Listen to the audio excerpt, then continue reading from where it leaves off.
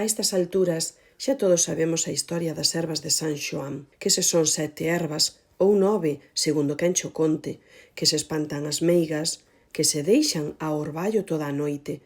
que se celebra o solsticio, a chegada do verán e todo iso. Pero hoxe quero vos falar de algo moito máis importante, de saír ao monte sen presa, de meter os pés na erva, de escoitar os paxariños, de rir mentras alguén discute se iso é fiuncho ou unha silveira, de aprender dos maiores, porque ao final a maxia das ervas de San Xoán non está na auga, está no momento, nun mundo onde sempre imos correndo. Hai algo especial en parar un intre, mirar ao redor e conectar coa natureza, coa familia, cos amigos e coas nosas raíces. Feliz noite de San Xoán a todos, que nunca vos falten os momentos compartidos e un pouquiño de maxia para acompañar o camiño.